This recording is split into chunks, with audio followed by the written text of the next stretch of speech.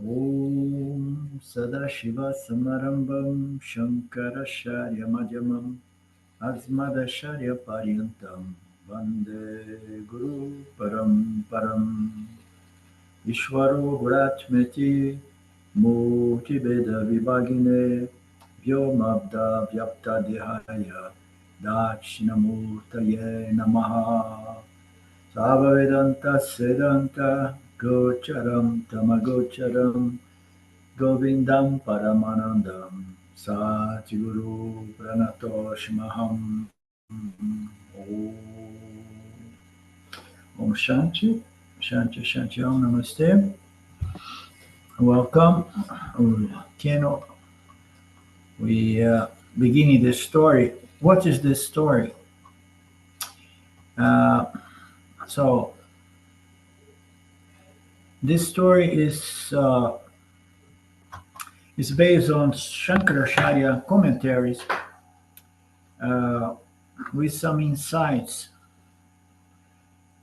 on the nature of samsara. Even the devas, they still not self-realized. They are highly spiritual samsaras, right? Sacred samsara, pure samsaris, and in spite of them having developed so much qualities and punya to enjoy these celestial lokas and so on, they are still not self-realized. And then there is always a potential for decline, as we know. You know? And the story here is that even the devas, they may decline. How so? They still have some residual ignorance there that can surface and somehow sprout as pride, as arrogance, as competition, mm, as vanity. And and that's what this Upanishad wants to convey here. Devarangaba Banga is speaking is how we're going to just blow the bubble of Devata's pride. Yeah? So what to say about us? If even the Devatas they are subject to arrogance and pride, vanity, just imagine us, you know. We are here, we are living, and we want to be free from all of that. We know that there isn't 100% purification, but we know that self knowledge is the only way to be free. Therefore, we are not working to purify to the point that become gods, you know. We want just enough purification to get out of the game. Which game? The game of cycles and infinite cycles of reincarnation. And the battle is presented by this story, which is inherent on in manifestation, yeah? Because there is the good and the evil. All the opposite parts, they are just complementary to one another in the structure. The entire Mithya reality is structured now from the standpoint of the jiva, the experience entity is structured around opposite pairs because the jivas, they somehow they classify them as good and bad. This brings us to a good inquiry: is good and bad only superimposition or projection of the jiva or it is inherent in the creation? We say the creation is just like just the elements, you know, raw material, and and jivas are going to contact these numberless objects and attribute not only reality but certain values. uh, and then we say fair and unfair, good and evil, high and low, and so on. uh. So we do that, and we know we do that. Everything stands uh, leaning upon its opposite end. You can never say that something is good without comparing it with the bad and the evil. But there is something called the Dharma field, the Dharma laws. So Dharma is sets a set of many laws and principles that structure this order, this apparent order, so that living creatures can transact. If there were no structured laws, if the laws would be accidental and changing all the time, not really structured there so that we have a base, it's already trouble that every configuration is changing from moment to moment. At least the principles and laws they have to be in place. This structure of principle and laws is called Dharma, and Dharma needs to be preserved.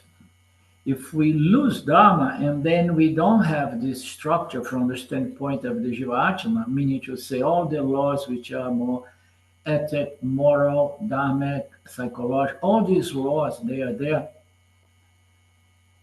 and they have to remain in place.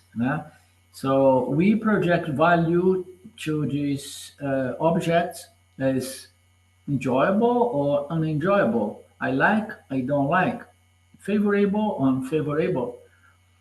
But the point here is that although we project that based on our raga dvesha, we are projecting that the field is not a projection of Jivatma, because the structure of the Dhamma field is just all sets of laws and principles that structure it in a way that there is no exception. Ishvara will never suspend any of these laws and principles, because it's what structure this stage on which we can interact, exactly like a school, a school to become wise. you know. So, and then what happens? Some entities, that's something that it's difficult for me to cope with. Why they call gods, devatas, or that are evil by nature, which is the asuras. What is the stock of these gods? The gods, they should exist within certain pure, celestial, superior locus, and the evil, it should be existing within inferior locus. How do they come to have a battle? It's physically or literally it's impossible because they don't occupy the same locus. But somehow the scripture again and again presents this battle between the asuras and the devas, which to me I take it as a symbolism of what we human beings experience, the divine aspect, the dharmic aspect, the sattvic aspect of ourselves in our mind, and the adharmic, and impure aspect, which is somehow is being moved by ignorance, pride, vanity, arrogance, because it wants what it wants, and the more we succeed in getting what we want, the more we develop excess of pride, you know, vanity, and so on. So we see this in our lives. And the only way out is to go beyond these pair opposites and understand that fundamentally there is only Brahman as conscious existence of non-dual nature, and then there is ISVARA, which although it's not a doer, it's not moved by any karma, but it's the totality of all factors. And then we learning that my true nature is Satchitananda Brahman. I still conform to Ishvara's laws and principles, and if possible, I help Ishvara to hold it in place, to protect it, or to reestablish at some time. And then who are these asuras? It's mythologically speaking, they are entities that somehow can interact with the devas, and bring about wars. You know?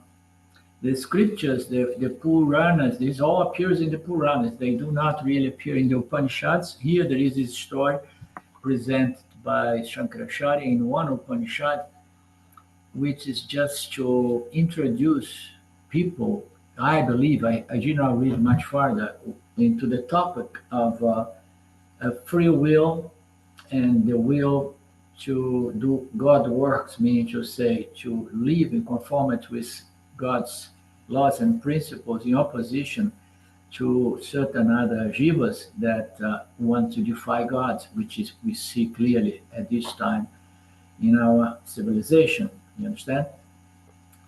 So, who are the asuras and who are the devas? So, we are the asuras, we are the devas. That's my take. Okay? Incarnated asuras and incarnated gods, the divine, dharmic, sattvic aspect of the human nature.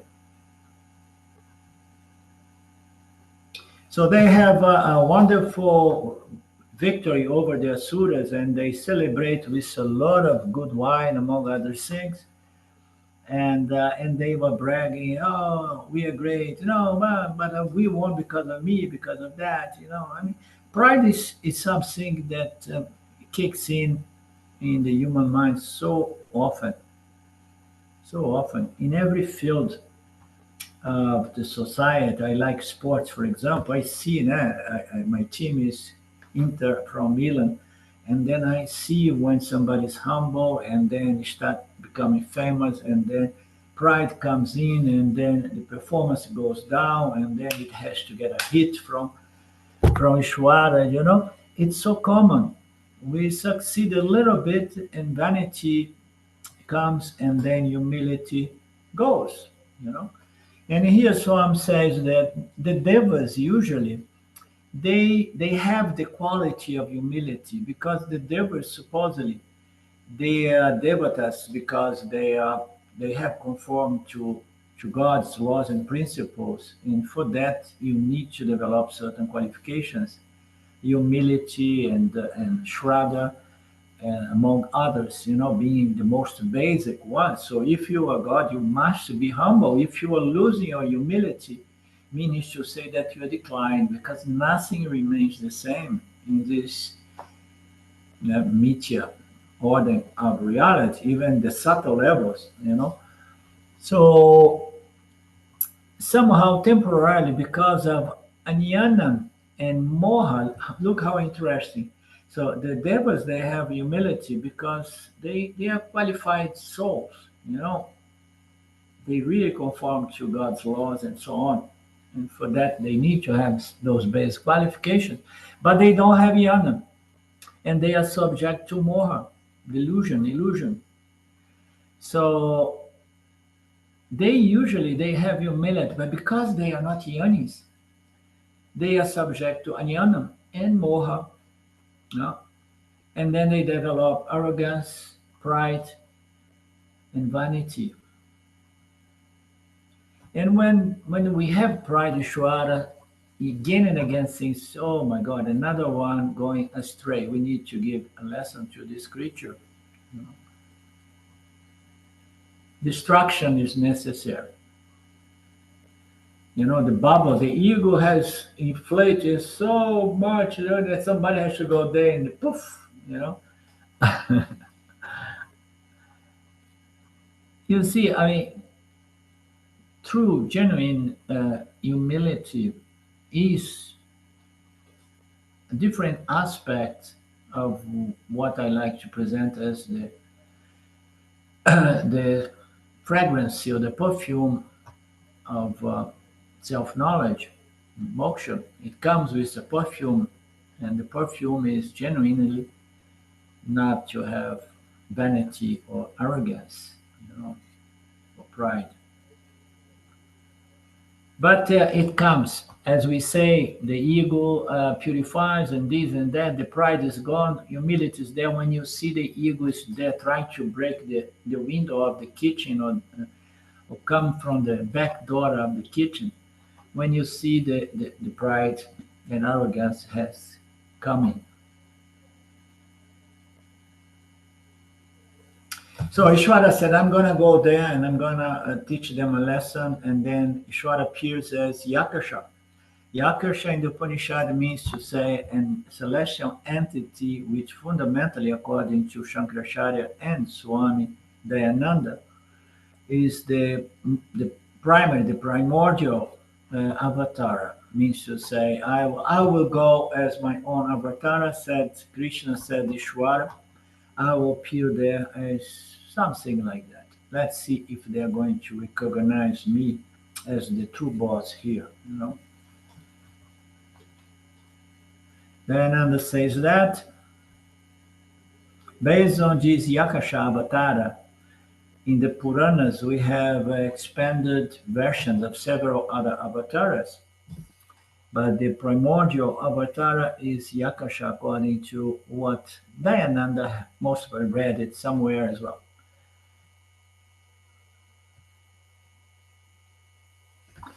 So therefore, Ishvara appears not too close, not too far away. Everybody could look at him. Nobody would miss his presence.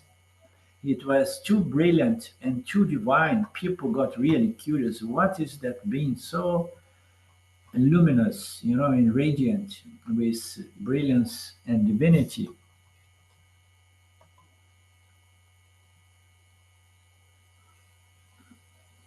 Therefore, while they were celebrating, their attention was drawn to this entity. And they became very, very intrigued. They have never seen that, and for these gods, it was hard to believe that. So there are certain things that we don't know. We don't know what it is, and everybody was trying to rubberneck to see, to try to figure out what is this entity.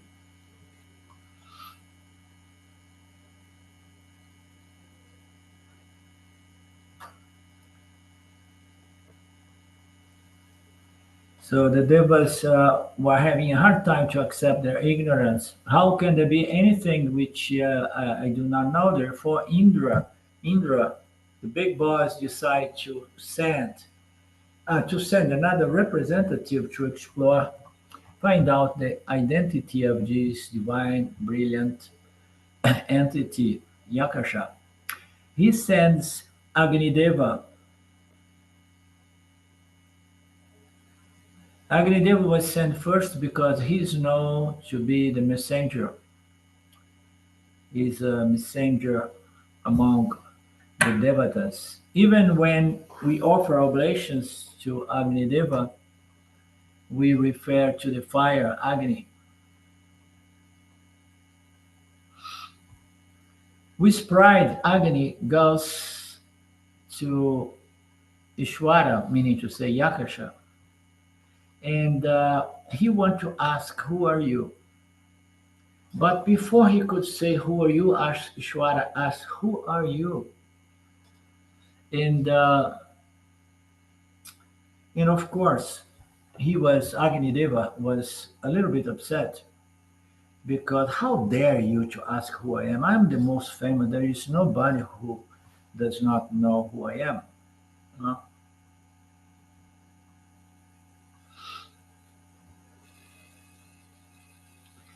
Agni Deva felt offended, humiliated to some extent, but he swallowed that.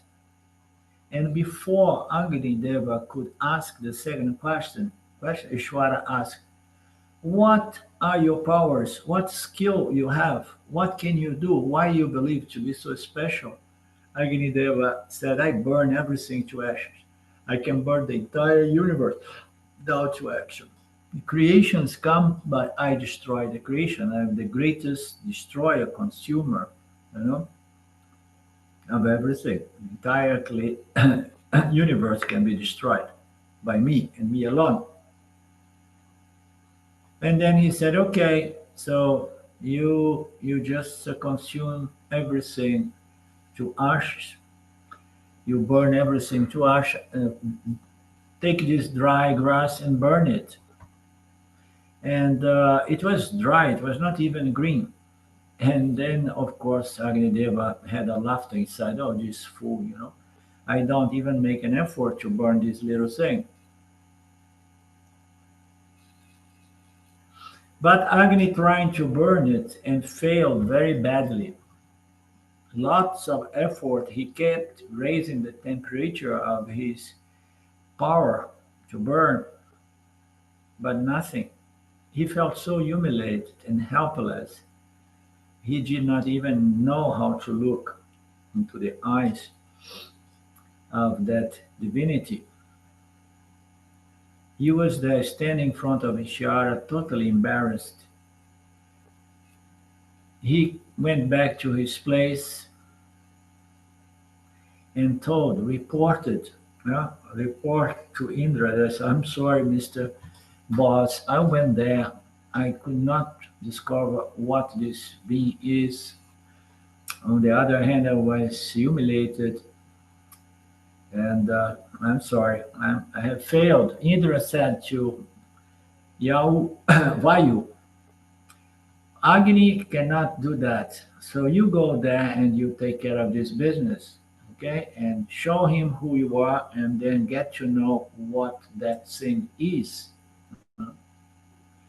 Vayu has the power of moving air in the space. He can destroy everything with, all kinds of typhoons and tornadoes and everything. He has the power to travel all over the world. He has so much yogic powers. So he went there, and unfortunately, uh, he was present with the same uh, what that grass leaf, the blade of grass. He was present with the same blade. Okay, and then move this one, make it fly, you know. And he made huge effort, but he failed again. Experienced the same humiliation. And before he could ask, "Who are you?" You know, he was asked, "Who are you?" as well, and he said, "Oh, I'm the great, powerful Vayu. I can travel. I can move everything. I can destroy continents and so on." And he tried a cyclone. He tried a typhoon. He tried anything, but nothing worked. He could not even lift the blade of grass from the table.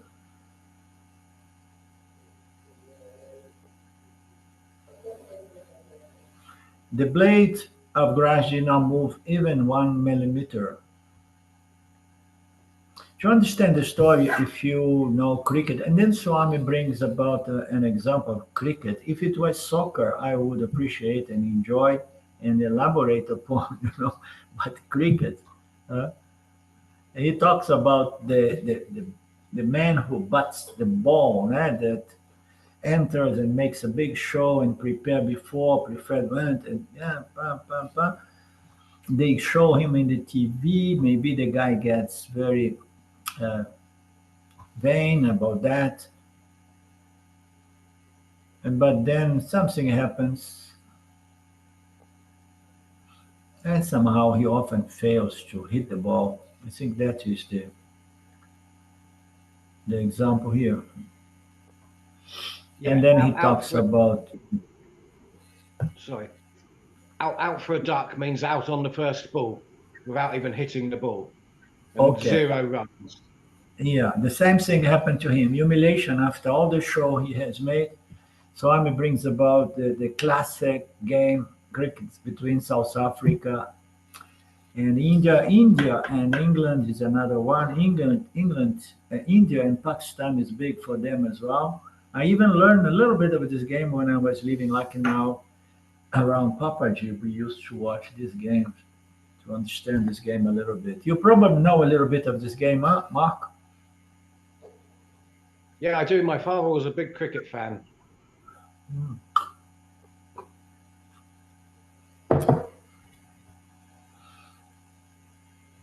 Okay. Well, he missed all the balls and he was humiliated as well, this cricket. And likewise, we have the situation with Vayu. And other devatas did not know what happened. Only Agni Deva knew. Therefore, Vayu looked at Agni Deva. Agni Deva looked at Vayu. Both knew what really happened there, you know. And what was the trick? Why we could not do our job, you know, express our power, our skill? What kind of blade of grass is this one? They both were intrigued. Then Indra, who is more proud than all other because he's the big boss, huh? Big boys is always more proud. Indra is the king of the devas, the Varaja. He said, "You are useless devatas, you know. I will go there, I will figure it out, and then I will let you know later on." Other devatas at least could have a conversation, but Indra could not even have a conversation, begin a conversation with the Lord because of his extra pride. And then Ishwara, the Lord, did not even give the possibility for him to engage. The moment Indra came, the Lord disappeared. How intriguing, huh? So, where there is pride, look at how beautiful this insight. Wherever there is pride, the Lord is not present. He was so arrogant that it's just darkness and light. They don't really mix together. Light is going to dispel darkness. Where is this pride, Bhagwan cannot be there. Ishwara disappeared. Since Indra has got a lot of sattva guna, he said, "Wow, there is something intriguing here. Why I could not meet this deity, this thing, you know?" So he was so smart. He had so much viveka, and he understood it can only be my pride and arrogance. He understood that. And he said, "We all have a problem here. The problem is pride and arrogance and vanity. I got humiliated because this being did not even saluted me, you know, he did not meet me. And that has made it clear to me, so that humbled me so profoundly." And he began being a devotee of the divinity, which is Ishvara, the creator, Bhagwan.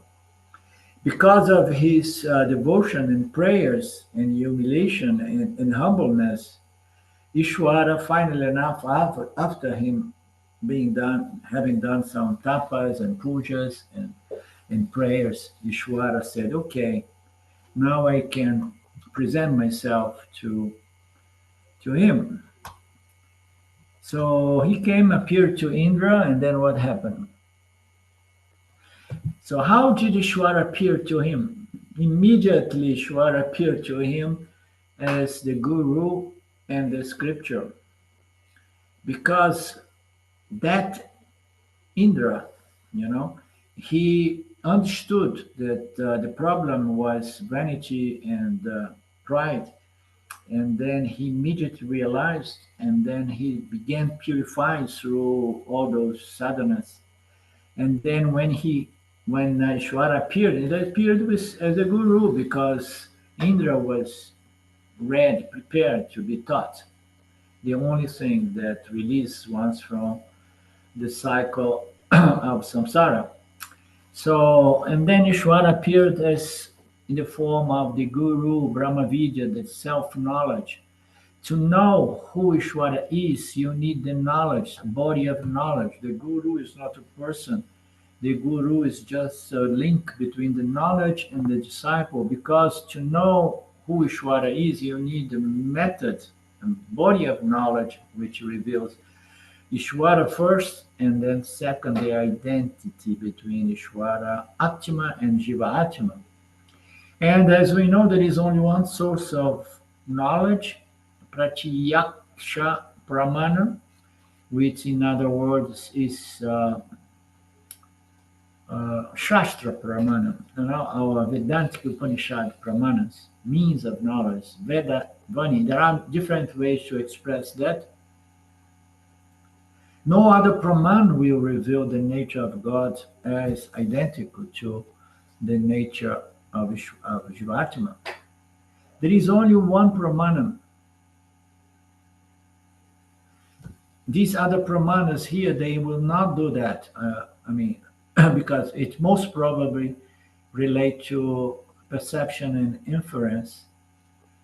And Anumana Ahtapati is an Italy. Yeah, it's perception, inference, and postulating. Just postulation. Okay. Yeah. So as we know, there is only one Pramanam, means of knowledge, which is the scriptural Vedantic Upanishadic scriptures, which is represented as Brahma Vidya Devi. Brahma Vidya, well, the knowledge, the wisdom. Ishvara appear in the form of Uma Devi in front of Indra. That itself is not enough. We should be humble enough to be taught. We should be humble enough to say, I don't know what God is. I don't know exactly what the Atma is. I don't know what Brahma is. And I accept that I cannot really, I won't be able to know it by myself. If people believe that there are exceptions to the rule, there isn't really, because someone like Ramana Maharaj got this knowledge at the age of 17 or 18 or 20, whatever, it probably had been in contact with the scripture and the guru in previous life. I cannot do it by myself. I need the guru and I need the scripture. I want to be taught. I want you to please teach me. I am your disciple. Without surrendering to the guru, Brahma Vidya, you can never understand Brahman. You can never understand Ishvara, neither in its Saguna nature and much less in its Nirguna nature. Neither can it be understood without Guru Shastra Upadesa. Guru Shastra Upadesa. I forgot the meaning of Upadesa, teachings. No? Guru Shastra Upadesha.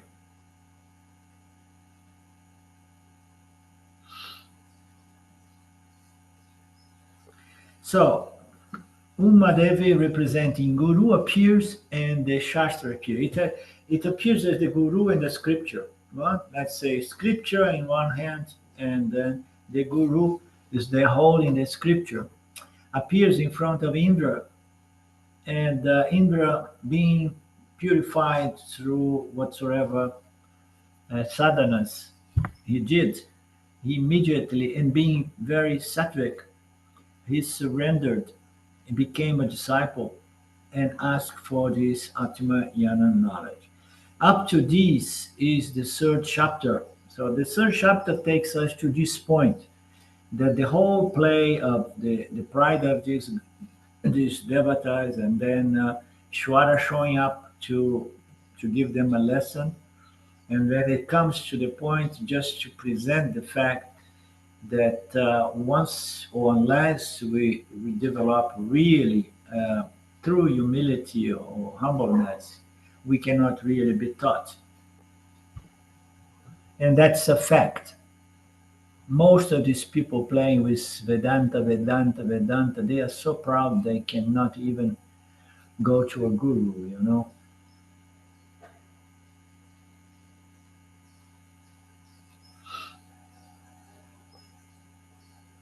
Okay. The story will continue into the fourth chapter as well. There it said Indra knew that Ishvara, Yakasha, is Saguna Ishwara. That divinity there is Saguna Ishwara. It is with the attributes of total knowledge, pure knowledge, including Atma Yana knowledge. Huh? He knew this is Saguna Ishwara.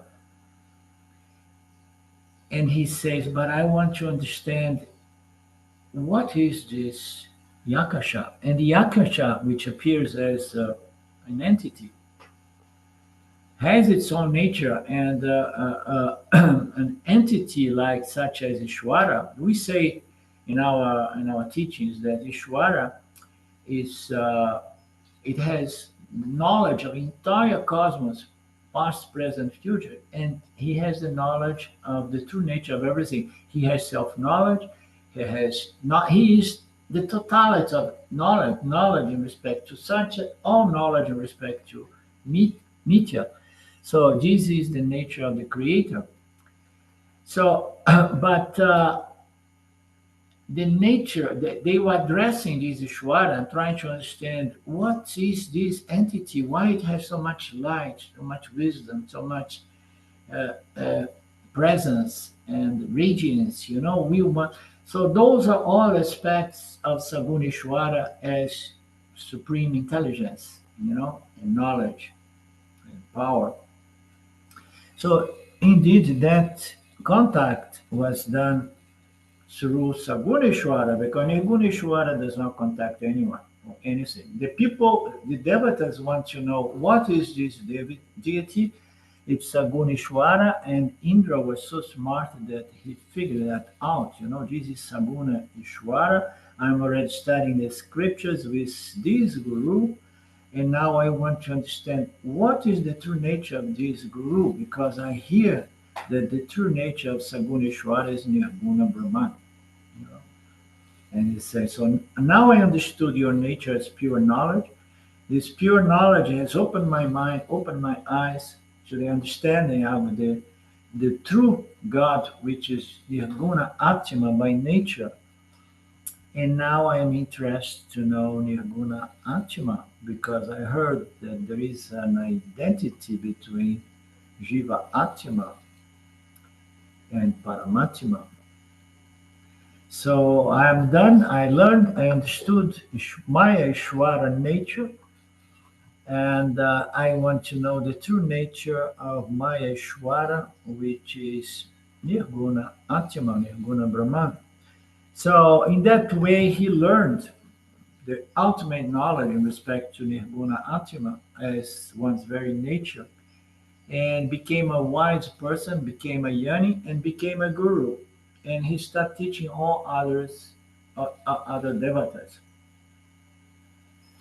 So because of his self-knowledge, because of this Brahma Vidya, Indra became the most famous among devas, because he was not only a devas, but he was a guru deva. In the beginning of the fourth chapter, we will have some talks about the name and fame of this Indra, the king of the devatas, who became Guru Devata. Yeah? He was famous. Why he became so famous? Because not only he was the king of the devas, but he was a devata, self-realized, meaning to say he was beyond punya papa. He was beyond declining or elevation. He was beyond any change, because he understood the true nature of reality, the true nature of God. Name and fame is what, self-knowledge. Because of Brahma Vidya, he became the most famous of the devas, because he was a guru. He was a self-realized devata. So, but what was the reason for him to become so famous? It was not his glory, but it was the glory of Brahman itself, the glory of self-knowledge, the glory of the scriptures. Everything is coming from Nirguna Brahman as the Ishwara, the greatest guru. His glory was due to the grace of Ishwara and the Brahmavidya knowledge which was transferred for him, but he could receive only due to his effort into qualify, prepare, purify, and being benefit by this knowledge. So this is the story. What the different message in this story? Now we are playing with some of these insights.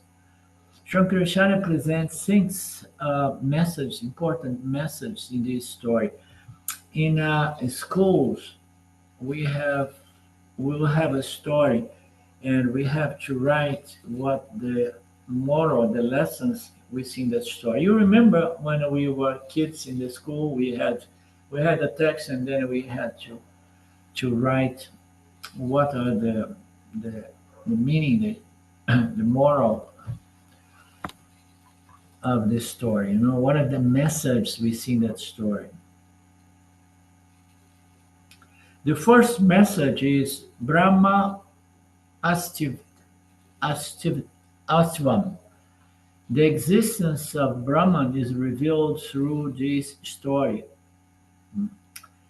So the whole story was done to bring about the ultimate knowledge that can liberate even the devatas if they become yanis. So the ultimate end goal of this story is to reveal the nature of Nirguna Brahma. Brahma was Nirguna Brahman was described as Nirguna Atma, Nirguna Chaitanya, in the first two chapters, as we have seen. Brahma is revealed as the unvariable principle, unchanging principle, never changing, never not present, and not objectifiable, and so on. So we have seen the first two chapters addressing the nature of Nirguna Atma. Uh, and then it was said, so it's your very nature, you must claim I am Brahman, but remember, when you do this claiming, don't don't bring with the claiming things which belong to your inferior nature. Don't believe that now you are super Mahatma or super Guru or super Yani or super being. Those things belong to attributes of Maya. So you have to do the claim, leaving behind everything that defines you as a person so far. You claim knowing that you are the formless, unobjectifiable conscious existence, the only reality. You are formless, you are nameless, you are actionless, you are changingless. And most of the disciples think, wow, how can I claim something that, you know, is nothing? There is no name, no form, qualification, qualities or attributes, properties. Mm. You cannot know it because it's not an object of knowledge. So most people, they stay with Vedanta for some time, but because their intellect is not as subtle, they start doubting Vedanta and the Upanishad teachings.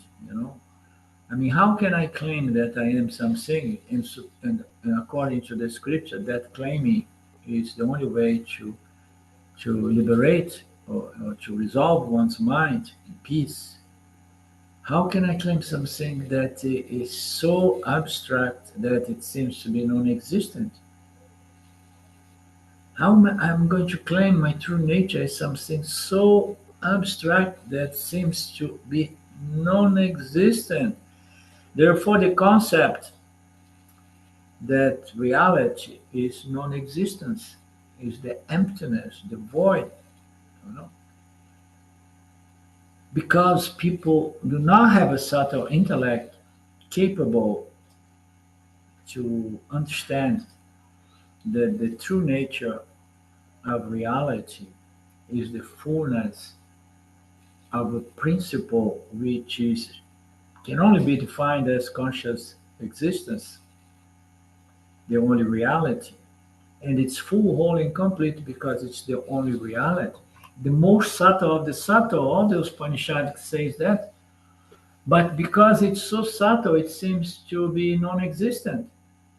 But then if we really follow the logic of the teachings, in the light of the teachings, with the help of a good guru, we will see that it's that which is shining as my own conscious existence at all times, and the conscious existence of all human jivas, and less conscious existence of all other animals in the animal realm. And it shines as the existence that shines as existing the world of the inert creatures, such as rocks, mountains, and clay, and so on. The persons, even Vedantic students, they doubt it after some time.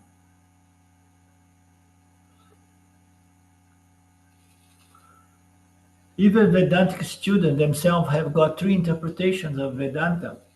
For the same Upanishad, there is Advaita Vedanta, Vishishta Advaita Vedanta, and Dvaita Vedanta. So, even in the family of philosophies, Vedantic family of philosophies, there are some that are Dvaita. They believe in duality, they believe in plurality, in division. Reality is duality, is the common ground. Uh, Vishista Advaita Vedanta, I don't recall right now. You remember, Lynn? It's actually, I think, as I recall, simplified, that there is one Brahman, but that Brahman has attributes. I think that's the discrimination. Okay, I will do a research on that to Yeah. recall. There are several schools with slight difference here and there. Yeah. And Vedanta, the Advaita Vedanta says there is only one principle, you call it Brahman if you wish, which is the only reality. Everything else is a superimposition, such as a mirage, on that which is the adhistanum, the substratum, the most invisible, the most subtle principle, conscious existence. All these three are a different interpretation. You find Advaita Vedanta, only Advaita Vedanta accepts the only reality as Brahman or God, but it's not Saguna God, it's a God without attributes. So only our Sampradaya has this take on reality. The other two, they say that there is no such a thing as attributeless Brahman. Brahman is defined by beautiful, wonderful attributes, uh, which are there somehow due to the power of Maya, but most of these, I don't know. Some of these do not even believe in Maya, they don't even believe in the gunas much. But anyhow, Brahman is Saguna only, is the take of those two other schools. There is only Saguna Ishvara, Saguna gods, the only reality. Ishvara is always present as form and some wonderful, auspicious attributes. It's very clear that accepting the existence of Nirguna Brahman is very, very, very difficult. And therefore, the Vedantic groups are very, very small unless you dilute the Vedantic, such as diluting a soup, so that other people can be attracted to your diluted soup. Now, Vedanta is packed with concentration, the nectar, powerful teachings of the nature of reality. And it's very common people begin compromising the purity of the teachings because it does not have much appeal. Sometimes we get some doubts. He says he talks always like we. He always puts himself in the same level. Sometimes we have doubts. Is there really this Nirguna Brahman? Or there is no such a thing? Maybe we are tripping here. Sometimes my students, he says, or we say, yes, there is, but it's just for the sake of being politically correct. But know that Upanishad itself accepts that even the Vedantins are going to doubt the reality of a Nirguna Brahman as attributeless consciousness. No wonder the scientific circles all take consciousness to be the mind.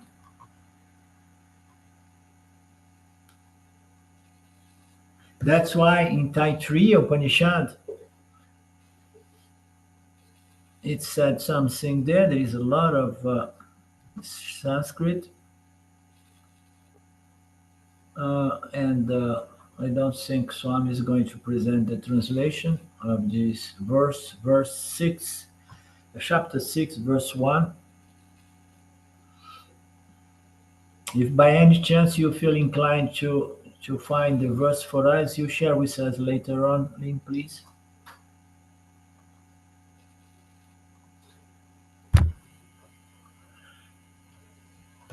So, bottom line, understanding Nirguna Brahman is something far out or far away. Accepting the very existence of Nirguna Brahman is rare and difficult. The Upanishad understands that, therefore, what the Upanishad does out of compassion, it just uses Saguna Brahman, Saguna Ishvara, as the intermediary understanding or teachings to prep the mind for Nirguna Atma. Out of compassion, the Upanishad does that. And we see this happening in the canon. Until we grow in our qualifications, the Upanishad represents the Nirguna Brahman as Saguna Ishvara. The moment Saguna Ishvara is talked about, most of the disciples, they are very, very happy. And oh yes, that much I know. This is my Vishnu, my Krishna, my Rama, and this and that. But who can really relate to Nirguna Brahman? Who wants to know Nirguna Brahman? And we need to understand that only the knowledge in respect to Nirguna Brahman or Nirguna God is able to free us. Because we're going to know everything about Brahman as being this most subtle conscious existence. And then in the end, the final declarations of identity are going to say, and you are that Nirguna Brahman. You are that Nirguna Atma. You understood Brahman is totally free and independent as conscious existence. And now the final teaching is Tattvamasi. You are that conscious Brahman. So most people, they stay with Saguna, and it's unfortunately a lot of people come to Vedanta. Some people do not take enough time and do not give much importance to Karma Dhamma Upasana, which use Saguna Ishvara as a symbol of Nirguna Brahman. They want to jump directly into the Jnana Yoga. They want to know Nirguna Brahman. They fail very badly. They have so much doubts because the mind was not prepped enough to understand the more subtle. Vagueness and abstraction is going to undermine their endeavor.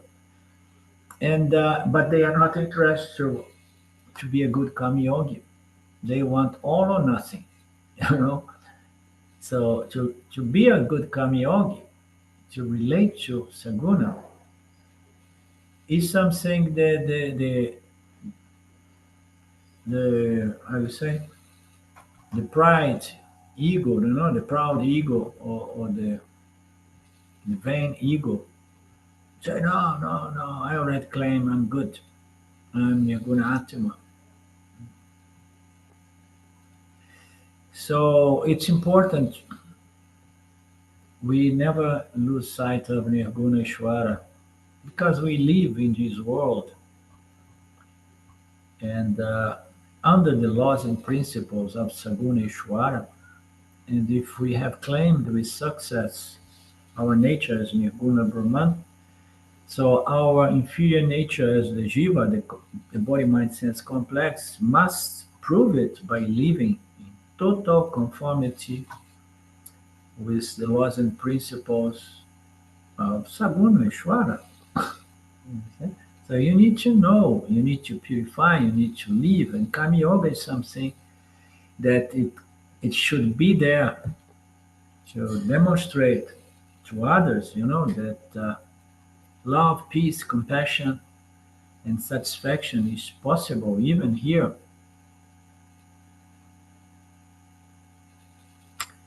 Therefore, first two chapters deal with Nirguna Brahman, Nirveshya Sam Brahman. What is Nirvisheshan? You know this word? Nirvishesham is absolute, without difference. Okay. Okay. Absolute. So the two chapters deal with this Nirguna Brahman, the absolute, in the language of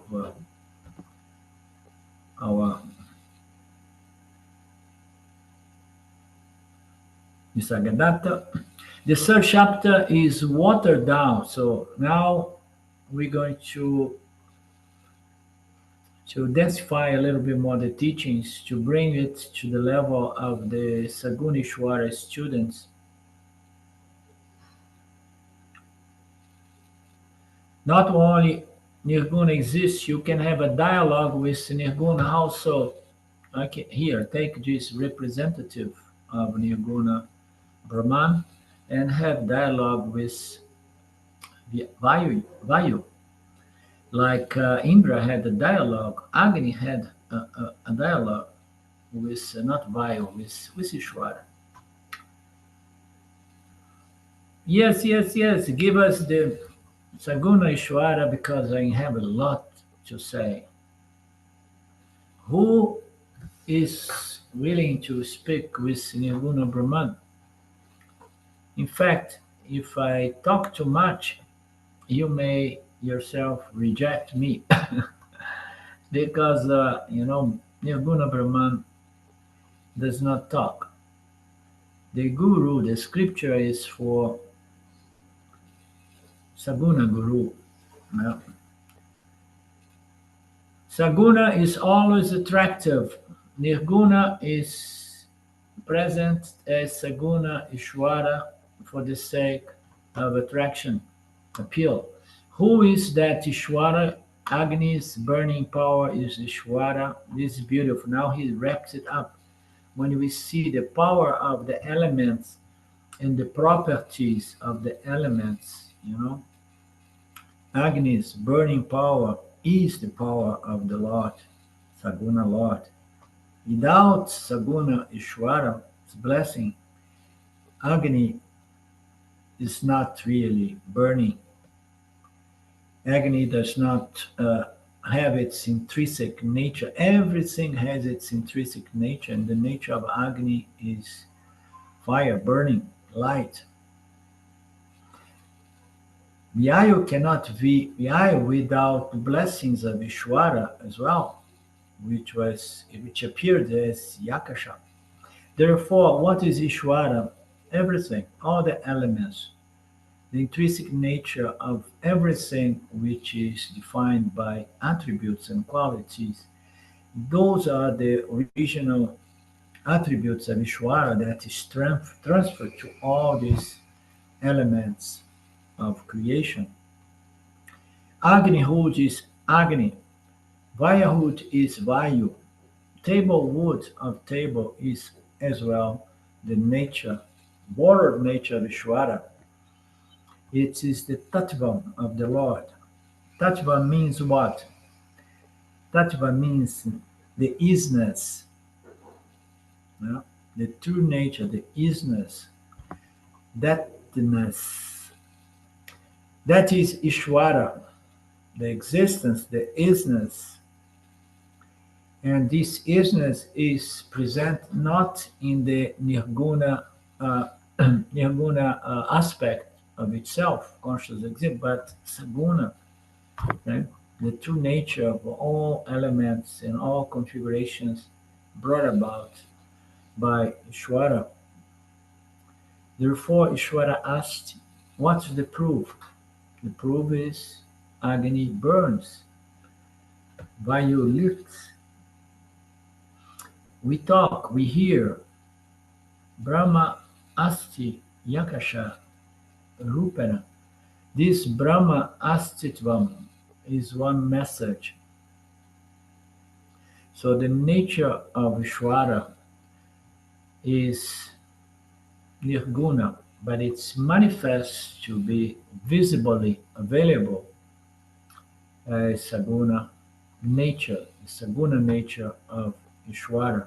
The second message given is not only Brahman is there, whose existence itself is very difficult to accept. Even you accept the existence of Nirguna Brahman or Ishvara, knowing that Brahma is impossible by ourselves. Only with the grace of Ishvara, we are being allowed the scripture and the Guru, without which I cannot get this knowledge. So we're gonna take that direction, but I just realized that it's already time is over, and